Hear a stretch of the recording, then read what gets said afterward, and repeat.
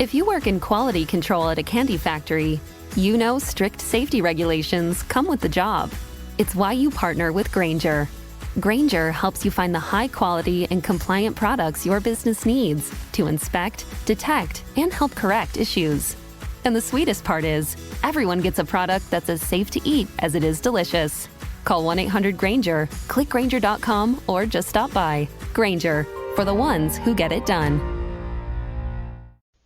The CBS Radio Mystery Theater presents...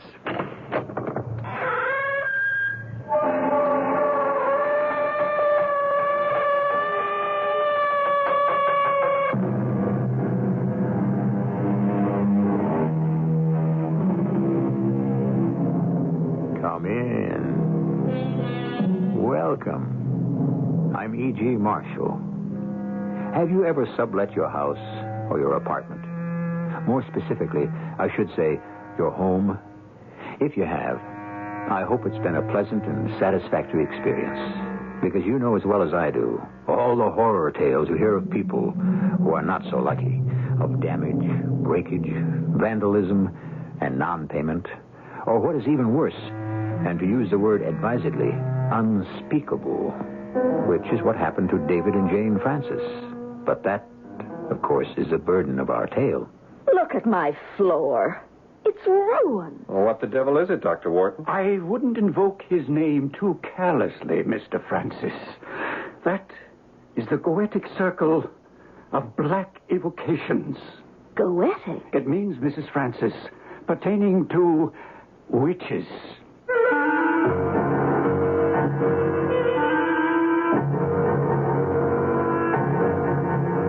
Our mystery drama, The Church of Hell, was written especially for the Mystery Theater by Ian Martin and stars Roberta Maxwell and Paul Hecht. It is sponsored in part by Buick Motor Division. I'll be back shortly with Act One. Buick has some good news for procrastinators. Even though you waited, you can still enjoy the comfort and luxury of a full-size Buick. Even better, your Buick dealer just might give you an irresistible deal on a 78 LeSabre right now. But do hurry, because a lot of other procrastinators have been waiting for this kind of news, too. Buick LeSabre. Yes, you can at your Buick dealers. Yes, you can. Yes, you can.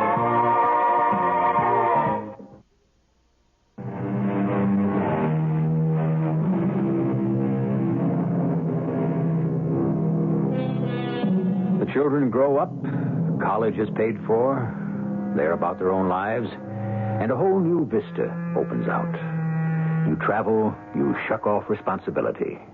But habit is hard to shake, and your freedom has limits on it. For example, to afford that European jaunt, you rent your house. And after the excitement and devil-may-care of the holiday, some doubts may swirl in. Doubts that in this case are much more Jane Francis's than her husband's, David. Doubts that normally would be minor, but not in this case. Jane and David Francis were not so lucky with their country house tenant. Not that they knew that as they were returning to their little apartment in New York. Home, sweet home. Part way. What does that mean? Our pied à terre, New York. Not home. Not home. Like I said, part way. Not for real. In the country? What else? Your house, the house that David built. Yeah, but that's rented. I know. It paid for our trip to Spain. And wasn't it worth it? I hope so. Just the same, I wonder how everything goes up in the country. Well, that figures. You want to call now before we have drinks. Don't you think we should? Well, suppose something is wrong, a pipe's burst or something. Why spoil tonight? I mean, couldn't we just let all the problems wait for tomorrow? Why should there be any problem? Let me just make a call so it's off my mind. What's your poison, martini or Manhattan? I'm still Andalusian-oriented. Don't we have a nice sherry? Your wish is my command. Hello, Francis residence. Who is this? May I ask who's calling? Yes, this is Mrs. Francis. What is it? Forgive me, Mrs. Francis. This is Detective Lieutenant Harris Price. Detective? David, you'd better get on the bedroom phone. What is it, Lieutenant? Robbery? A fire? No, it's a little more complicated. Mrs. Joanna Adams was renting your house. That's right. David, are you on? Yes, Jane. My husband is on now, Lieutenant. Go ahead. We've been trying to reach you for a couple of days. We were in Europe. We just got back. What's happened? Well, nothing really for you to be too alarmed about. Your neighbors had been calling us because there was some trouble about a cat. Oh, Tommy. Oh, nothing's happened to Tommy. Oh, please. He's all right. Well, the cat is all right now. He was a raging tiger when we let him out, but he was just hungry. Pretty near starved. Poor baby. Well, had he been fed? Has Mrs. Adams skipped or something? Or something is more like it. I'm afraid I have to tell you that she's dead. Dead? How? We don't know that for sure till after the autopsy. Well, did someone break in, or... Well, there's no evidence of that. It could have been a heart attack, perhaps. After all, she wasn't young. But what, Lieutenant? I don't think that's something we can discuss on the phone. Would you have any plans to come up here? Of course. We have to get Tommy. Yes, we better drive straight up tonight. Well, fine. I'll be waiting for you. And don't worry about Tommy. Ever since I fed him, we're buddies. Thank you, Lieutenant. See you as soon as we can. What do you suppose happened to Mrs. Adams? Well, search me. Heart attack, I guess, like the lieutenant said. He sort of hedged.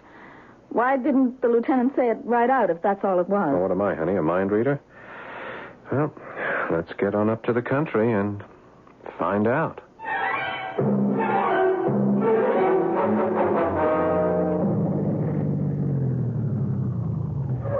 Well, here we are. Home sweet home. With more than one light burning in the window. Yeah, at least our detective friend is still here. Everything looks pretty good. The leaves have been raked. Yeah, glad I painted the front last summer. Holding up pretty good. I see she kept mulching the vegetable garden with the clean garbage. Yeah, she was such a sturdy old lady. Hard to think of her gone. Oh, that must be the lieutenant and Tommy. Yeah. Oh, some welcome Hey, a home. smart cat. Hey, he's glad to see you. Well, obviously, you're Mr. and Mrs. Francis. Ah, you're Lieutenant Price. That's right. Well, that cat sure is glad to see you, ma'am. Yes, he's not usually so demonstrative. Something must have scared him. Well, you go without food and water long enough. It's enough to scare anyone. How long? Well, about 3 days, we figure. Your fellow there was howling up a storm. Shall we go inside? Yeah, I'll get the bags later. Is Mrs. Adams still here? Oh, no, ma'am. She's been taken to the hospital. Hope you'll find everything in order. The boys tried to get everything back in place and clean after they dusted for prints. In order? Why? I mean, had she changed things around or something? Well, it wasn't that, Mrs. Francis. This room looked like a cyclone had hit it. Books dumped all over the floor, chair turned over, and drapes and curtains all ripped down.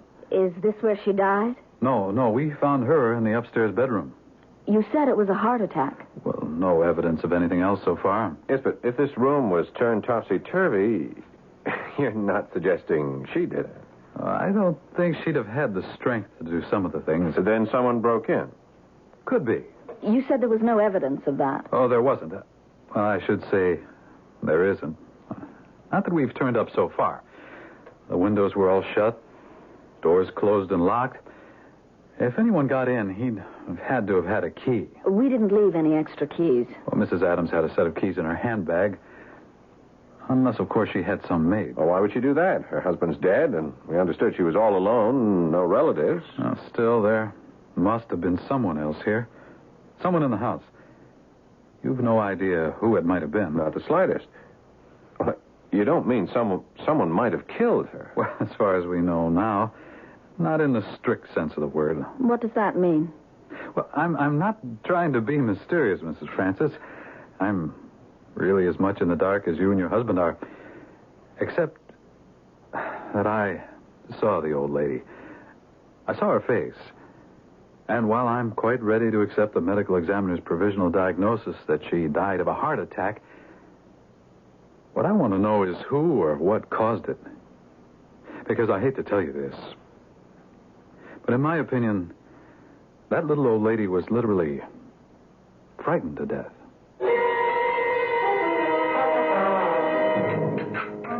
Jane? Yes, David. For heaven's sake, what are you doing? And can't you just dump the dinner dishes in the dishwasher? I did. Well, then what are you stacking them away for? Can't that wait for tomorrow? I mean, I don't know about you, but I'm knocked out. I'm not doing the dishes. Well, why are you messing about in the kitchen cabinet? I'm checking up on things. Our first night home from Europe. Can't it wait? I have a funny feeling it can't. All sorts of things are not, they're just not right, David. Oh, come on, Jane. Now, remember what the lieutenant said. I think he's been reading the wrong kind of mystery stories. I wouldn't sell Lieutenant Price short. Come here. What? The dishes. Yeah? The everyday dishes. Yeah, the blue stuff? It isn't the same. Well, what do you mean it isn't the same? Just what I said. Every bit of it has been replaced. Same pattern, but it's all new. That's crazy. How do you know? Well, look.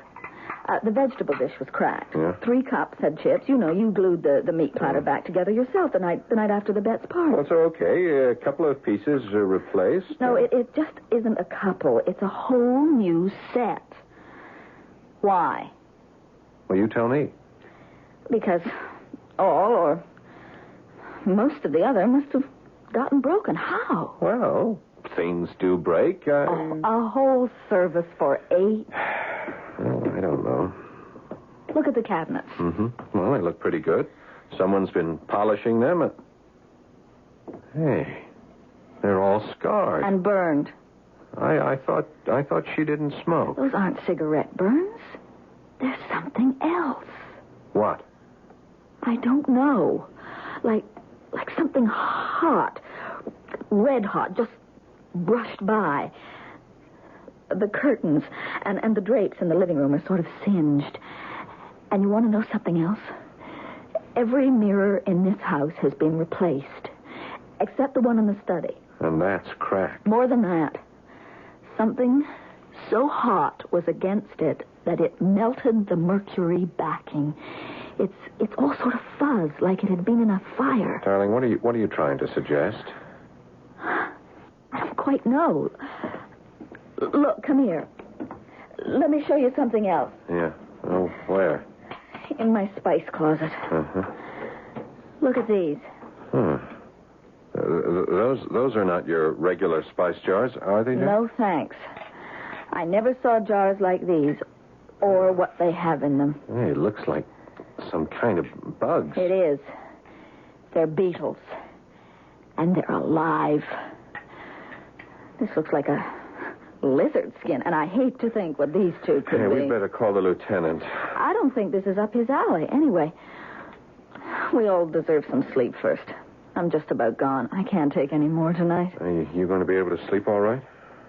Once I get to sleep tonight, it would take all hell breaking loose to wake me up again.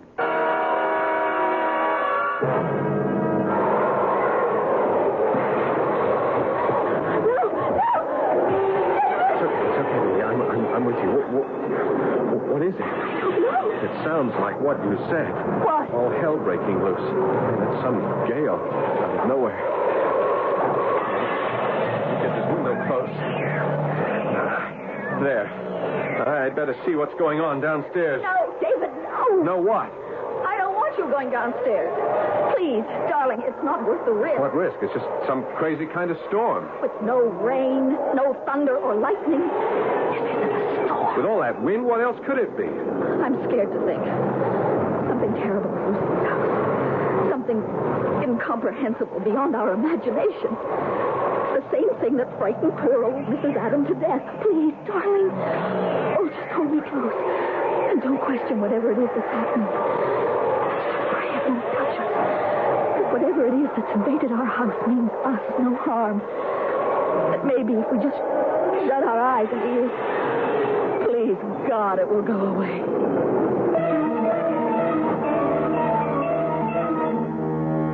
Not the most pleasant of homecomings, nor the easiest of circumstances for landlords to find themselves in. Unfortunate enough to find that the lease has been broken by an untimely death, but how much more so to find that apparently an unwanted tenant has taken possession. A tenant that may be difficult, if not impossible, to evict. I shall return shortly with Act 2.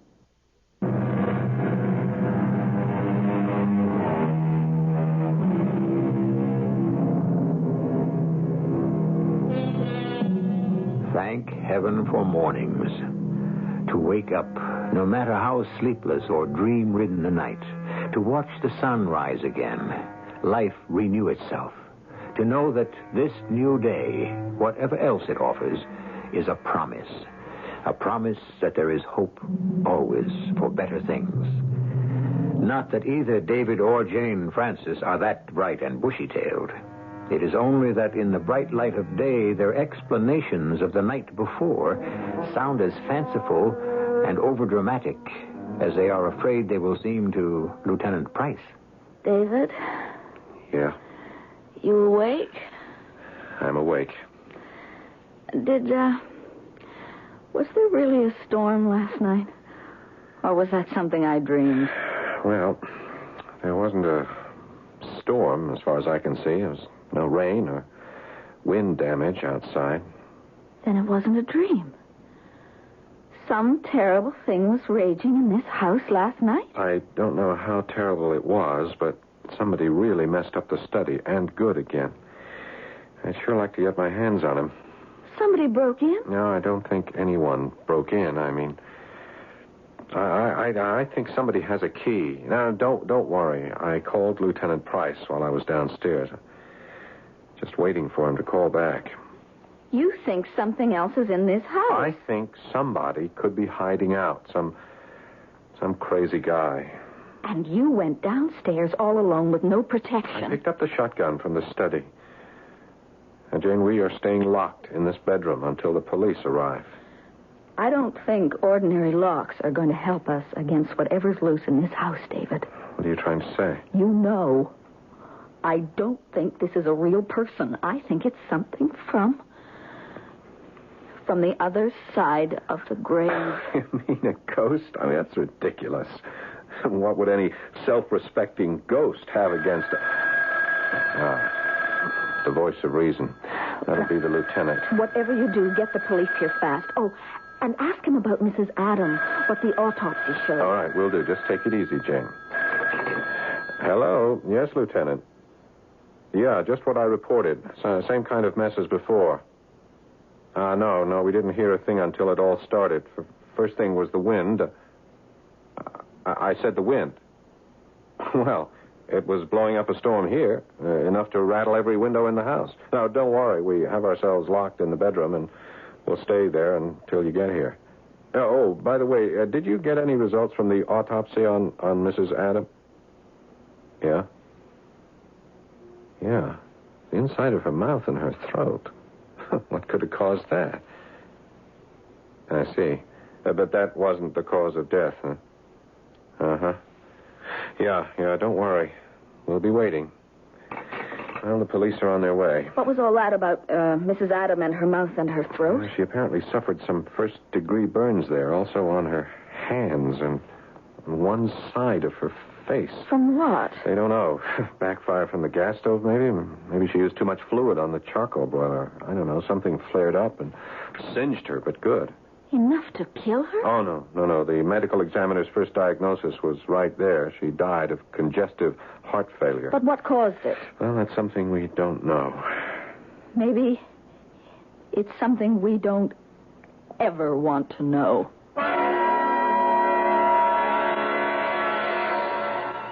Well, the boys and I have been over the house with a fine-tooth comb, Mr. and Mrs. Francis. And I can promise you that no forcible entry has been made into this house. Well, that's crazy. I mean, look at the shambles this place is. Someone had to get in. Doors and windows wouldn't keep it out. Someone else has a key. That's what it is. But why would someone want to vandalize our house? Well, not because of us, because of Mrs. Adam. Well, what do you know about this Mrs. Adam? Not much. The agency brought her over, but... She had very good references. I mean, a couple of banks, a minister from some church, a letter from another sublet she had in New York. Mm-hmm. None from any place she'd worked? Oh, I don't think this woman had ever worked. I mean... what Jane means is that she was loaded. Her jewelry was worth a fortune. And her clothes were very fashionable. Hey, maybe that's what someone was after. Her jewels. No, I doubt it. According to the insurance policy we found, none of it seems to be missing. What does seem to be missing with the lady is her background. What do you mean? Well, although the accounts are very substantial, the banks have only carried them for a little over a year. Before that, she seems to have come from Germany. Well, that would be right. She had an accent. But very cultivated.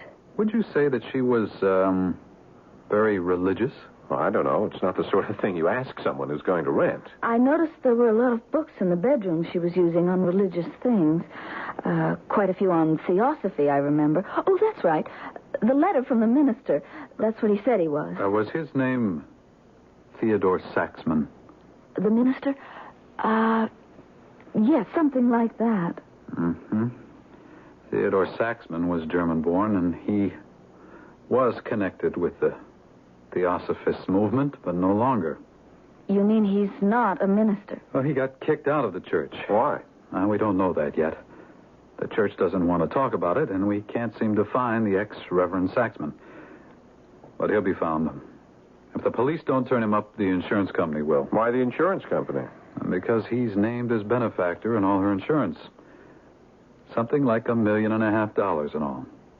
He was also named as sole heir in her will. Well, if there's that much money floating around, I don't think anyone will have to look for him. He'll turn up to collect. Unless her family want to fight the will. Well, apparently she has no family. And her husband died about 5 years ago. Well, then Saxman will turn up. Well, I'm not so sure. Why? Policeman's hunch. I got a funny feeling he may be the ex-reverend in more ways than one. But if anyone has a key to this house, he's the logical one. I've got a lot of questions I'd like to ask him about the night Mrs. Adam died. You mean you think he might have murdered her? But she died of natural causes. Congestive heart failure is a result, Mrs. Francis. A lot of things can cause it. I'd like to know what frightened that poor woman before she died. You think it might have been something supernatural, too? No, I didn't say that. I'm going to have a man on this house around the clock covering the front door. Do you and your husband plan to stay here? For a few days till all this is settled, we hope. Now, why do you ask? Well, I'm just a cop, Mr. Francis. But I'm smart enough to know there's a lot I don't know. Not that I buy, something outside of natural things. Still, well, for example, do these tools belong to you? No, I never saw the box before. You, Jane? No. What's in it? I'll see for yourself. Well, a bunch of knives. What is it, a butcher's kit? I don't know. What's that funny-looking one with the little curved point? Now, careful, Mrs. Francis. They're all razor sharp. But what are they? That's what I want to ask a friend of mine, Dr. Henry Warden. He lives just a couple of blocks from here. Say, would you mind if he came here and had a look at these and this room? No, I suppose not, but... Well, what kind of a doctor is he? You see, I had a strange case involving a medium here a couple of years ago, and I met this guy then. He's a real brain, I tell you. Even if he's... well, you'll see for yourselves. He's what you call a doctor of parapsychology. What's that? It means someone who's an expert on ghosts.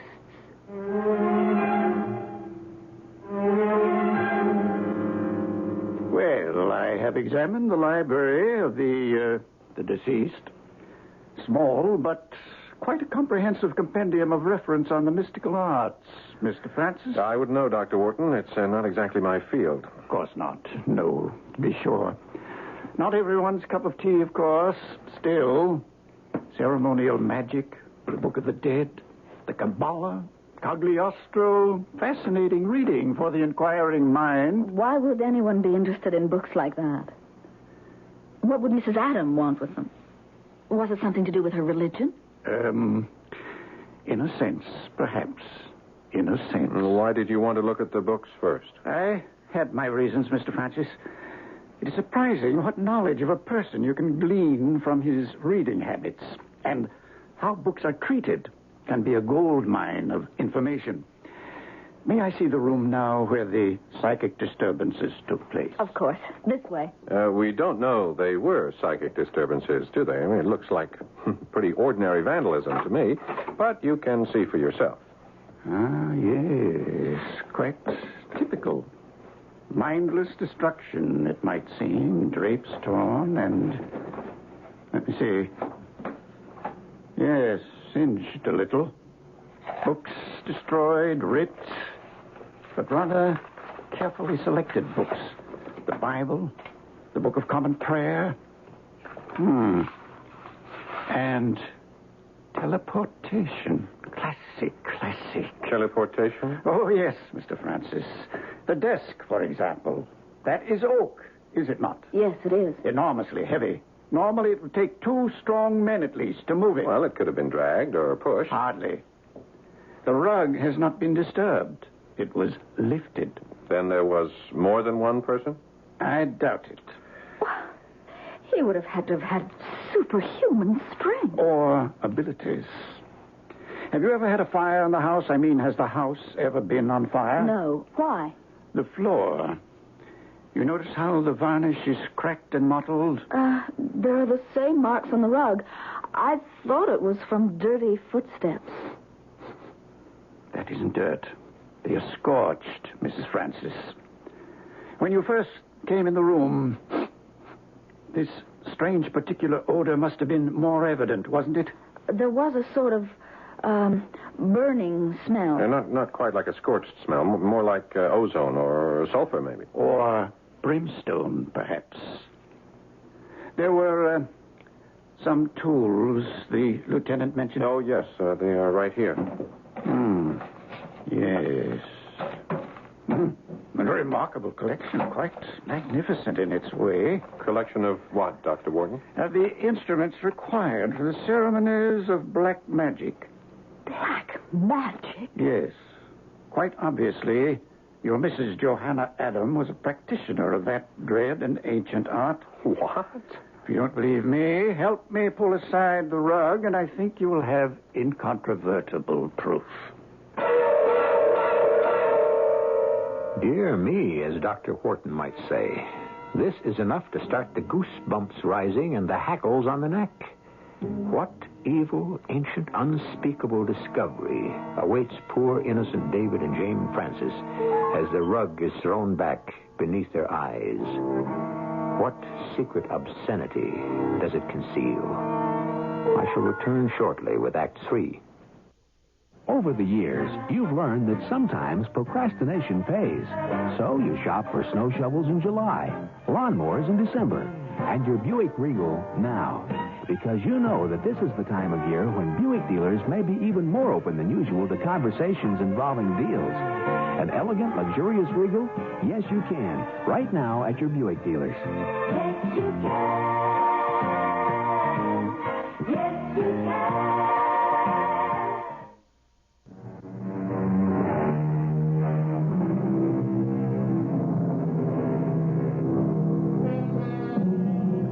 People stand looking down at what the rolled back rug has revealed.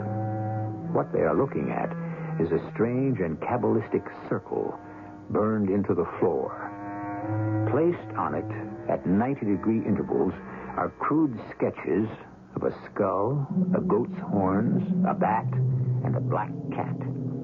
Inside the circle, intertwining with each other, are 4 smaller circles enclosed in a triangle. Tacked to the floor, on the inside of the large circle, are strips of cloth or some animal hide. And everywhere within the circle, painted in black and blood red, symbols, strange gibberish words, and long, complex alien names. Look at my floor. It's ruined. What the devil is it? I wouldn't invoke his name too carelessly, Mr. Francis. That is the Goetic circle of black evocation. Goetic? It means pertaining to witchcraft.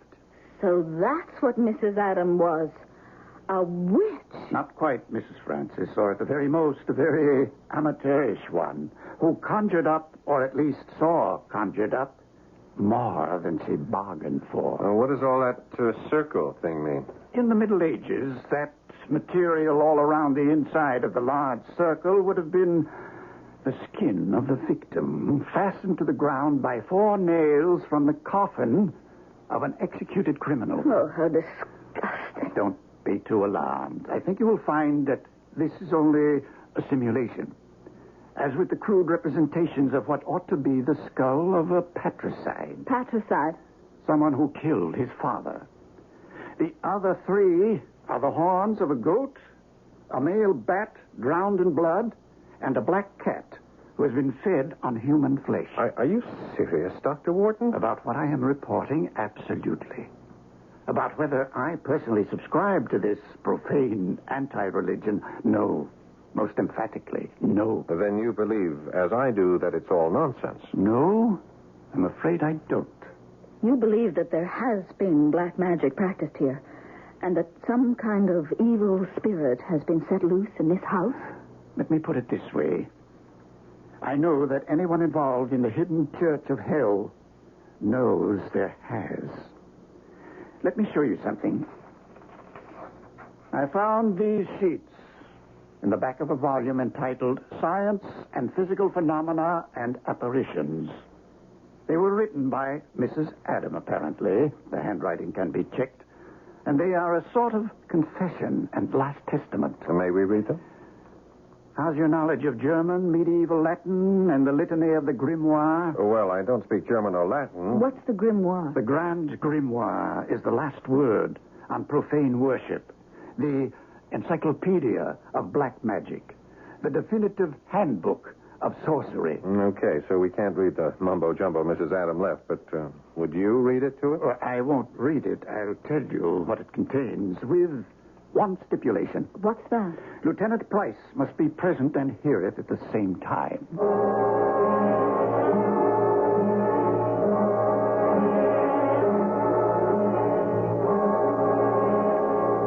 You mean you're telling me that Mrs. Adams confesses in that transcript to murdering her husband? In Stuttgart, February 14th, 1975. Did she stand trial? No.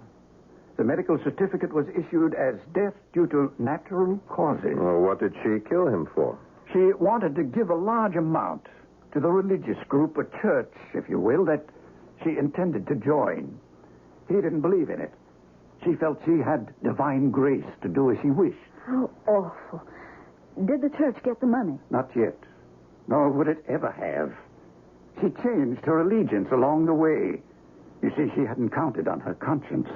And at least for her, her husband refused to rest easy in the grave. He haunted her. Exactly. So successfully and persistently that he drove her to flee to this country, hoping to find freedom from his curse. And here she met a man named Theodore Saxman. The ex-reverend. The boy we've been looking for. Does she give any clue where we might find him? Oh, yes, indeed. Well, then I want it right now. I want to haul that joker in. Oh, I very much doubt that you can, Lieutenant, now. What are you getting at, Dr. Wharton? I don't think you're going to find Theodore Saxman in this world. Well, I sure don't expect to find him in the next one. I wouldn't be too sure of that. What? Let me explain, please. You see, I'm in a rather, shall we say, delicate position. We are dealing with two worlds, one of which all of us accept, the other which I'm afraid only I do. Doctor, you've got something up your sleeve. What is it? Whatever it is, I assure you it is in your best interests, Mr. Francis. It is? I would assume you wish to go on living in this house of yours, that you'd like to be rid of this poltergeist that is invading it. No, just hold on. What's a poltergeist? Forgive me. A moment of levity. A poltergeist is a noisy and usually destructive ghost. I'm afraid what we have here is a much more malevolent one. You mean it's the spirit of the excommunicated priest, whatever his name is? I'm not sure that is the term of choice of his sect. Certainly, however, unfrocked and cast out of the church. What is it that you want us to do, Dr. Wharton? Let me sum all this up first. A haunted and tortured Mrs. Adam fled to this country only to find out she could not leave the ghost of her husband behind her. In desperation, she returned to the church she had known, confiding in Theodore Saxman. He saw almost instant riches on the one hand, and a sponsor to give him the opportunity to continue his experiments in black magic. They could not be conducted in a New York apartment. They needed seclusion and secrecy. This house was perfect for their plans. What plans? Saxmon's assurance to Mrs. Adam that he could conjure up the soul of her husband and persuade it under threat of being dragged to the deepest pit in hell to leave her alone. You're trying to say that's what happened right here in our study. I'm not trying to say. I'm saying it happened according to Mrs. Adams' last testament. Only something went very much astray. Well, what? She was not certain. She surmised, as I do, that he stepped out of the protection of his inner circle, and that the soul he was trying to threaten, Mr. Adam, was released by the damned in exchange for the Reverend Saxmon. Released? Oh, where did he go? Back to the peace of the grave, I should say. So you're trying to tell us that this Saxman, even though he is dead, is still raging around looking for... Well, what is he looking for, Dr. Horton? At the moment, he is the most condemned of the condemned. A creature neither of hell nor heaven. An outcast spirit, doomed to wander eternity with neither hope of salvation or damnation, unless... Unless what? Unless he can find a human body to die in. He tried to invade Mrs. Adams, but he frightened her to death before he had the chance to possess her. It is you, or perhaps even more your husband, that are in danger now. Oh, no. You actually believe all this junk, Dr. Wharton? What I believe is beside the point. What people who have invested this house passionately and totally believed has poisoned it. I think those beliefs must be exorcised before either of you will be safe again. What did you have in mind, Dr. Wharton? For the four of us, tonight, to occupy this magic circle. And after I have instructed all of you to raise this fiend from the darkness and consign him to eternal fires. I command and abjure thee, Theodore Saxman, to quit thine abode wherever it may be, swearing that I will give thee 1/4 of an hour alone.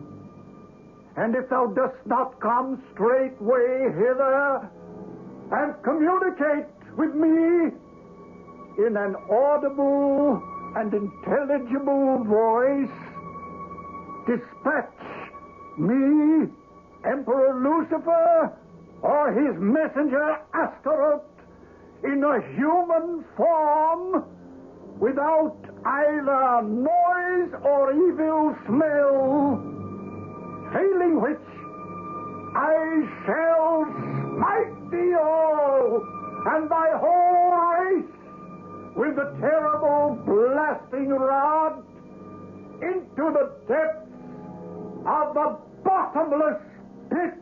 I'm scared, David. It's crazy, but so am I. Anyone as crazy as me. If my boys outside knew what I was doing... Silence. Don't move. Stay in your circles. Oh, I'm sorry, Doctor. I should never have allowed this. I've warned you. If you leave the circle, you're risking your life. I adjure thee, O Spirit, come hither and speak to me, else I will compel thee by the power of living God and by the Holy Spirit.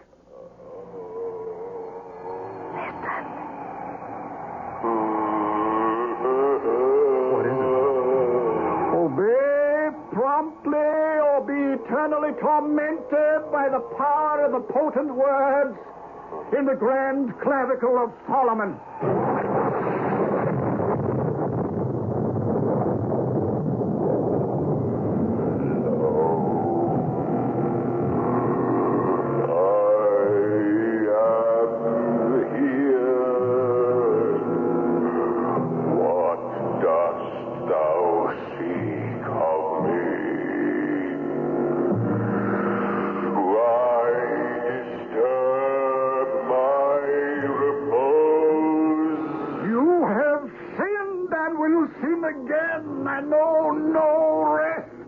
unless you hearken unto me.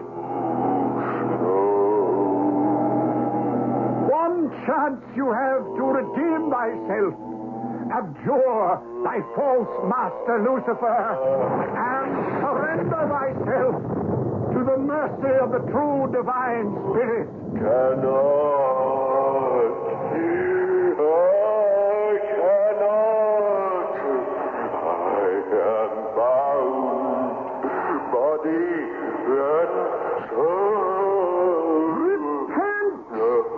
Repent, and thy soul will be free to pass through the grave that is the gateway to heaven.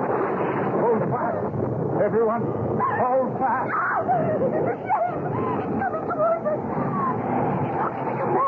I can't let him escape. Let me go, Doctor. For God's sake, stay in the circle. It's going to the door. John, Bill, he's trying to escape.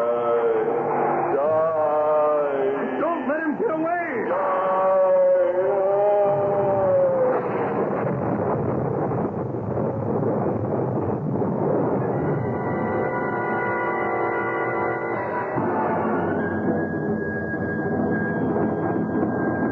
Mr. and Mrs. Francis all right?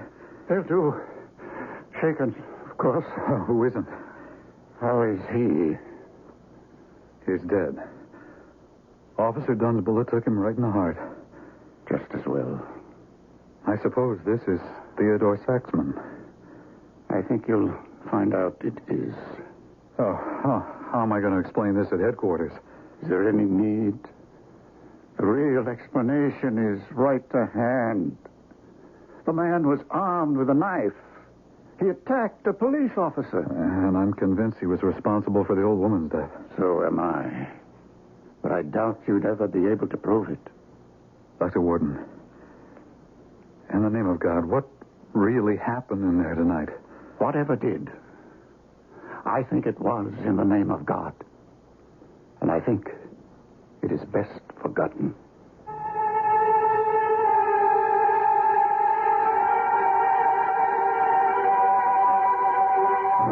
Well, there it is. Which do you want to believe? That there was some hallucinatory drug in the heavy incense burning in that study? That Theodore Saxman did return to steal the jewels and lost his head and attacked the policeman?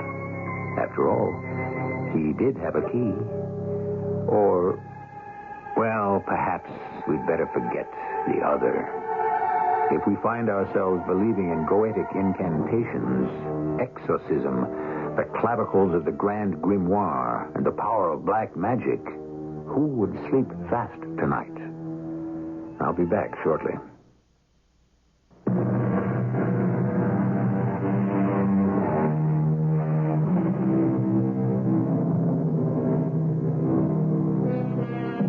It occurs to me that perhaps necromancy should not be dismissed so easily.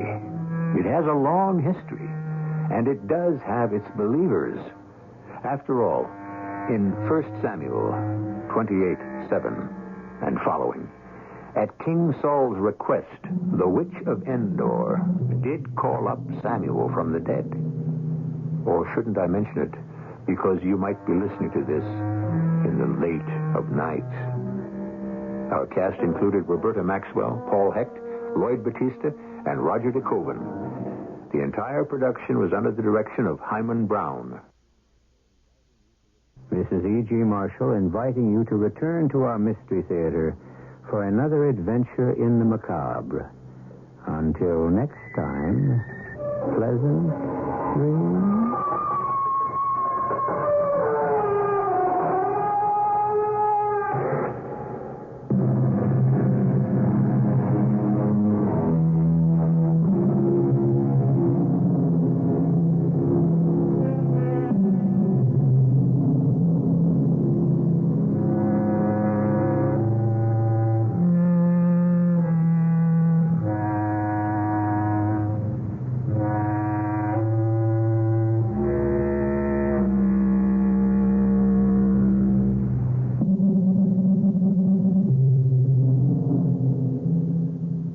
It is Ryan Seacrest here. There was a recent social media trend which consisted of flying on a plane with no music, no movies, no entertainment. But a better trend would be going to ChumbaCasino.com. It's like having a mini social casino in your pocket. Chumba Casino has over 100 online casino-style games, all absolutely free. It's the most fun you can have online and on a plane. So grab your free welcome bonus now at ChumbaCasino.com. Sponsored by Chumba Casino.